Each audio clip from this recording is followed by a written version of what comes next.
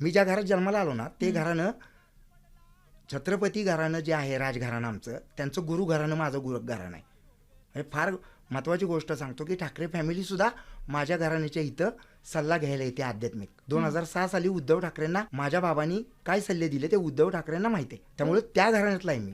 उलटं मला असं वाटतं की माझ्या बाबांची जी उंची होती तिथपर्यंत मी अजून पोचलो नाही आणि तिथपर्यंत मी पोचूही शकत नाही, कारण त्यांच्या पुढे बडे बडे नेते नतमस्तक व्हायचे. त्या घराण्यातला मी आहे.